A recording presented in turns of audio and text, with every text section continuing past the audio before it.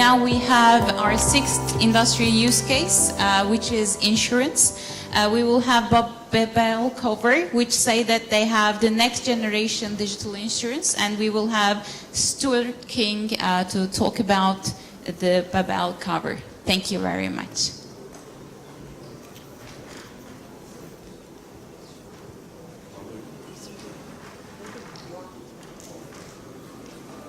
Yes, please.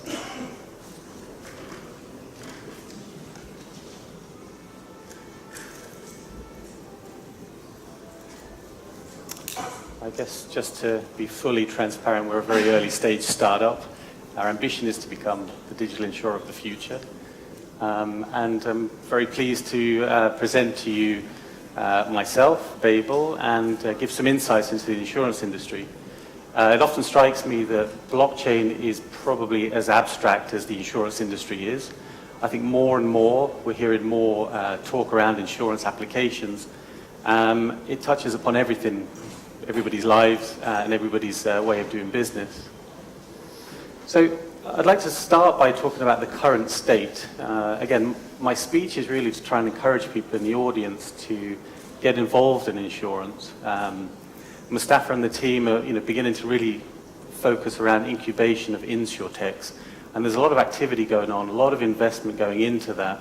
And I think up until this year now, we've probably up to €1 billion going in, of real money into real businesses. Not to say that crypto business isn't real business at the moment. So the problems associated with the current state, capital, it's the key ingredient of any insurance that we buy day to day. Whether it's car insurance, health, pet, gadget, travel, you name it. The macro capital is sort of the source of the ingredients.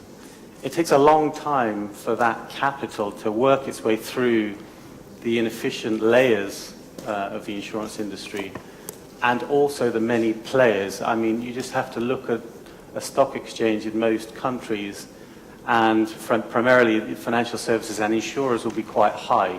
They've got a lot of assets. Recent statistics, there's about $27 to $30 trillion of insurance assets out there invested. Annual premiums globally around about $8 to $10 trillion. And that doesn't really include a lot of the emerging territories that are coming on board. Growth in Europe and developed nations, US, Canada, is slow, if not zero. And there's an explosion of growth in Latin America countries, sub-Saharan Africa. Why? Insurance follows economic development. People have more assets to insure. People have got more money to be able to buy insurance products. And I think that's really the crux that we find ourselves in. There's an overwhelmingly high level of administration costs and brokerage fees incurred. If we look at the brokerage fees, they can operate at very high levels, and then also the administration costs of the insurers. And in the next slide, I'll show you a very simplistic overview of the value chain. There's a lot of delays between counterparties. I'm a chartered certified accountant. I've been working since 2000 in risk and finance and structures. I've been grateful to be part of some very large, influential companies. And it takes a while to reconcile between all the different risks and countries and products and contracts. This results in higher costs, unclear pricing, slower communication, lack of transparency, reliance on many third-party intermediaries, stakeholders, regulators, audit firms, traveling around the world. I put up a slide here about the value chain, just to give, just to give the audience a very simplistic view. At the very bottom, we have the risks. This is you and I as consumers. If we look at personal lines. You've got your insurer, your local insurer. Oh, right, thanks. Sorry, James Bond. Oh, awesome. So these are the different, just a broad range of consumer products. These are different regions. So typically what you have is a domestic insurer. You probably are very familiar with them in your own markets. Issue an insurance policy. They price that policy. according to the risk, according to the investment income of the day, the future prediction. But what they do is they can't absorb all of the risk. And I mean this in the way of you might crash your car and have a 500 euro claim, or you may horrifically crash into a bus full of school children who are sort of critically dependent for the rest of their lives. And the insurers have to be able to fund that kind of risk. And it does happen. So what they do is they take a portion of the risks and take that to a reinsurer. And by doing that, they can access a more financial protection. And reinsurers typically take a bit of each risk to get diversification. Reinsurer often buys itself a reinsurance policy beyond the sort of macro. So what they do is essentially group up the different risks and the different regions and the different countries, and then place that into sort of more of a synthetic finance product. I've been fortunate enough in my career to work through all those layers. So I'm very sort of passionate about bringing the capital closer to the source of the risk. And I think the opportunity is there now with technology. Through the use of blockchain, I founded the Blockchain Association of Ireland about 3 years ago with a group of academics. And really, to me, I get asked a lot, tell me why blockchain? I said, well, why not? Because you've got an awful lot of benefits that people are really only beginning to discover. Yes, there are traditional technologies out there, but it's not really made easy for connecting data, particularly through such a complex value chain. The future state, removal of go-between non-added value parties in the insurance process. We're going to get a new and open, transparent system, a collection of more risk data. Claim settlement times, instantaneous settlement times should be much quicker. And more direct access to this macro capital through leaner risk finance capital models. It's just a broad slide for people to take away of the expense ratio of an insurer, loss, pure indemnification. But the breakdown, I think, is interesting for anybody in the audience that wants to focus on insurance. And as I say, if your motivation is to make money, there's a $27 trillion prize out there for anybody that can break this. On the right-hand side, you've got labor costs, commissions, office. Blockchain can, in its own right, address each one of those efficiencies. So I'm going to take a huge risk, which is unusual for an accountant in the insurance industry. And if it doesn't work, I can show people outside. But for me, I'm not an engineer. I've been excited about it. I've networked to try and understand. But when I present blockchain to industry practitioners, some say I'm too old for technology. They're probably right. But some people say I'm too young for insurance. I think that's quite an interesting dynamic, because a board of management need to make decisions on investments. And they need information, and they need credible information to make those decisions. I think that's why you haven't seen such a huge influx of insurance projects into the ICO space. I think there's going to be a lot more once people get around the abstract nature of blockchain. I'm going to show you a buy process and a claims process. And we kind of hope it will work. Otherwise, I think there is a Ethereum developer in the audience from Consensus, so maybe you can help out.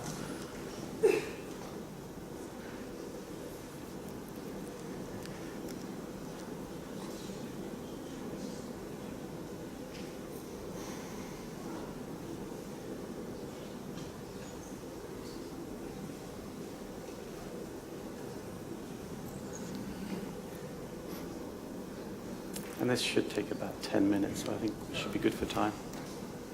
If you want to switch it, yeah.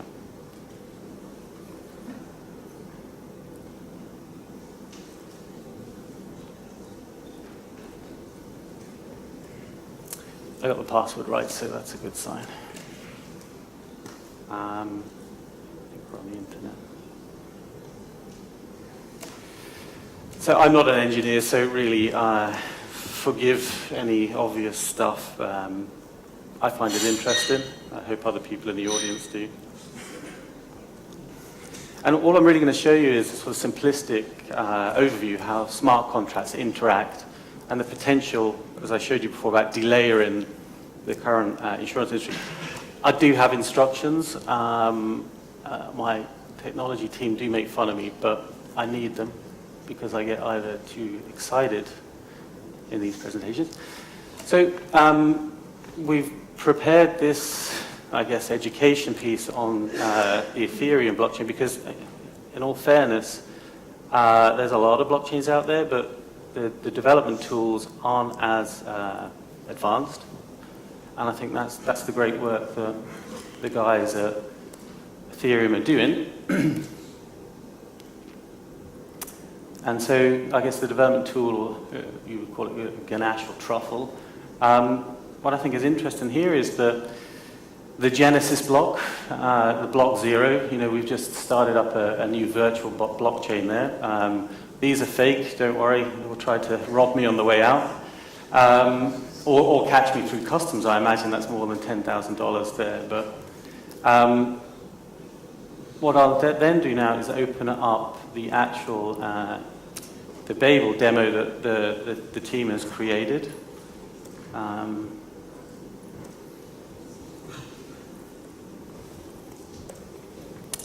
So this is now, we've got sort of 3 smart contracts operating on this, and they're just hopefully compiling.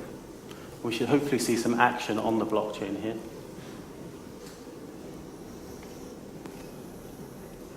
So as we begin to see, it's not so abstract. Now we've got a record, and this is the sort of, I guess, the dashboard, if you want to call it that. What the dashboard has is the viewpoint, and bearing in mind in the future, we may not see this dashboard. This will be a reinsurer, but the whole thing I'm trying to get across is that once a transaction goes on to one source in the blockchain, it can replicate across many. You can also filter access when you're querying the blockchain in the future, and this is very useful for regulators, because at the moment they have to wait maybe 6 months to get information, risk information, and this really impacts consumer sort of risk or the fundamental reason for a regulator to be in play. So they want more data quicker about your capital, your premium levels, your claims, your policies, whatever it may be.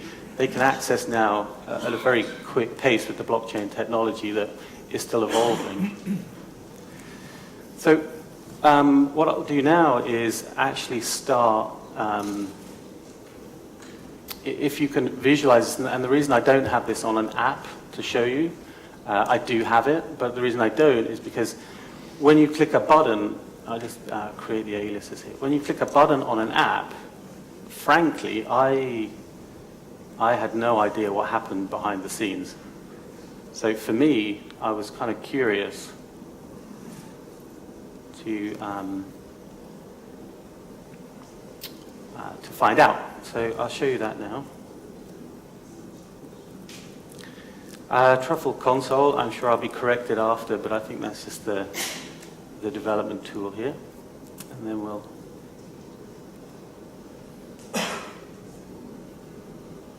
So what I want to show you is at the moment, I guess this environment has basically nothing. As you saw before, there's nothing on the blockchain right now.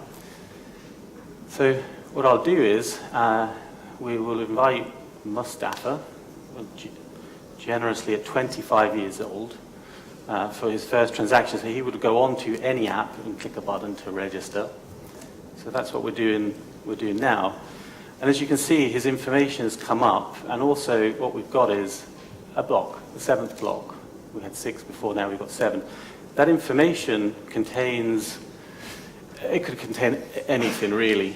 His age, his location, his address, his date of birth, anything, any risk information that we could price. For example, if it was a car, the age of it. It could pull in from other sources. This is why, to me, the Internet of Things is very attractive, to say that, because we won't need to bother Mustafa to fill out a form after form after form. We can simply, with his approval, drag information that he's already available. As an insurer, validity of information is important. So by pulling verifiable data, we remove a lot of the errors. And the reality is I spent my career cleaning data, sorting data, finding data, reconciler numbers, and I just don't like that. So I think this is kind of cool.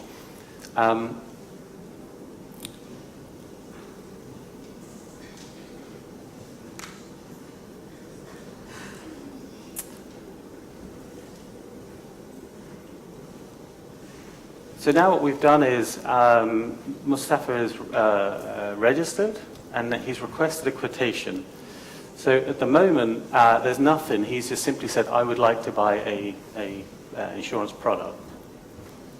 So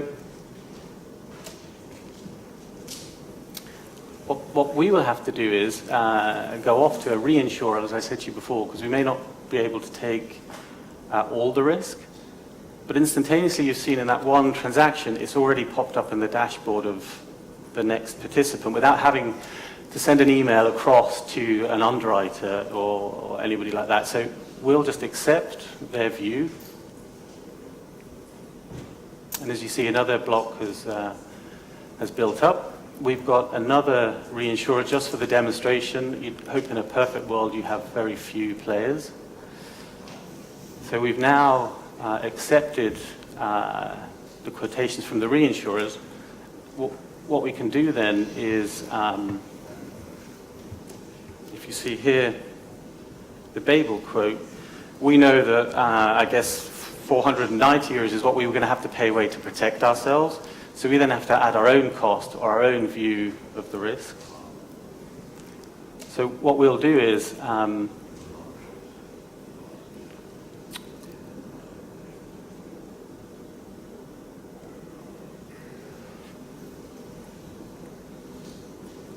we will accept the quotation from the reinsurers, and then we will offer Mustafa a premium of 588. Now, what's happening in the background is we have like 3 smart contracts, which have got, if the customer is a certain age, it applies a certain weighting. If the customer is a certain risk, it would apply a certain weighting. In this, it doesn't, but in a live version, it's possible. So what we have here now is Mustafa, if I can just open this.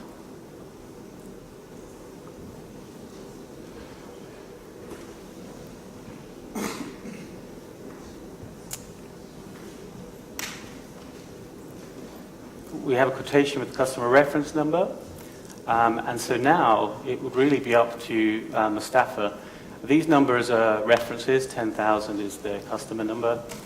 0 is the date. It's just very difficult to start putting date stamps in at the moment, but he accepts the policy. If we look over here now, we've gone from 6 original blocks to 12. So we can, again, if we imagine millions and millions and millions of transactions in the future, it will actually be a very powerful way to look at the past. You know, no claims discounts, no claims bonuses, and stuff like that.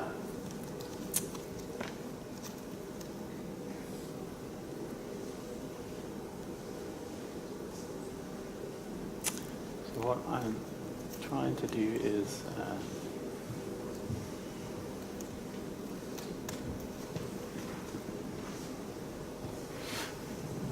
and get to see here, you've got the customer.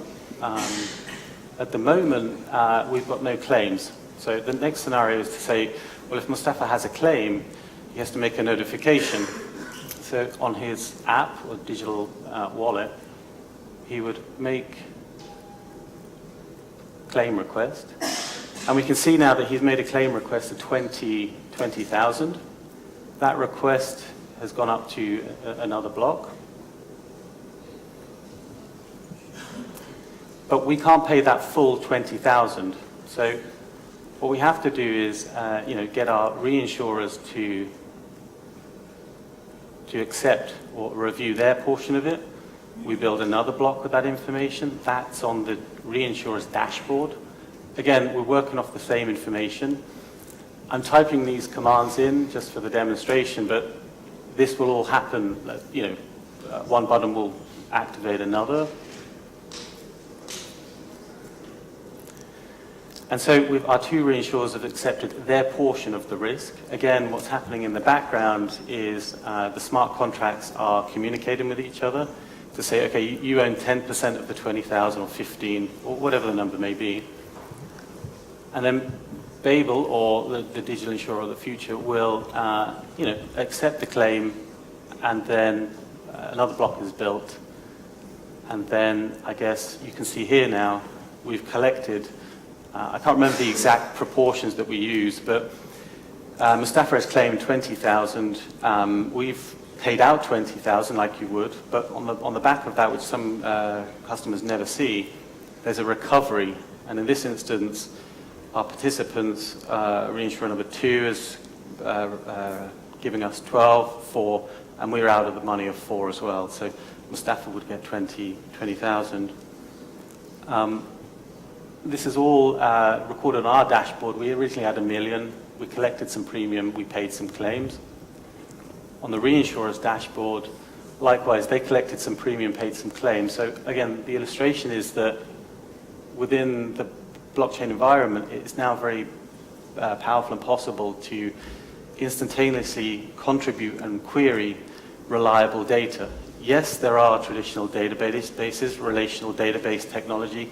Yes, that can solve it, but not in a way that you can not have a central command, if you like.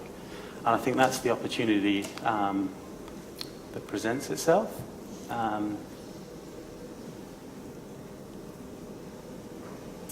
So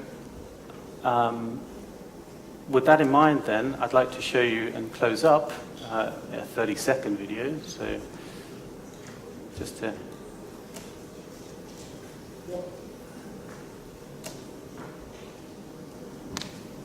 do the sound here. Transparency means knowing. Knowing where your money is going. Knowing you're being heard. Knowing that lower risk means better cover. Using blockchain technology, we reduce broker costs and admin fees, resulting in safe, direct, personal cover that rewards the user. They will cover. Let's make things clear. If you could switch back to the presentation. And so with that, I'd just like to say thank you to everybody, the organizers, and I look forward to any questions. I'm happy to show you a bit more on the demo, but the time didn't allow for that. So thank you very much.